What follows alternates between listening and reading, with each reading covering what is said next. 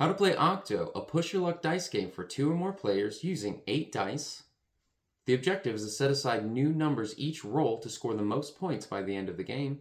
Play as many rounds as there are players. Each player gets 1 turn per round. On a player's turn, they roll all 8 dice.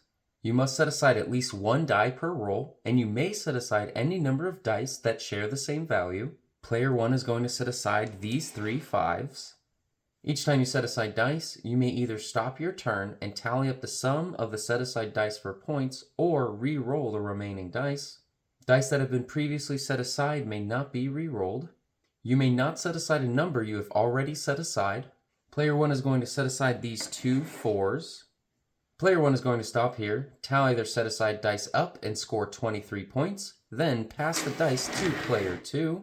Player 2 rolls and sets aside 4 6s, re-rolls and sets aside 2 4s.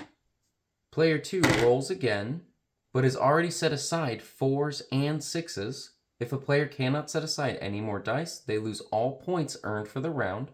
Player 2's turn ends with 0 points. Once each person has taken a turn, start a new round with scores carrying over to each round.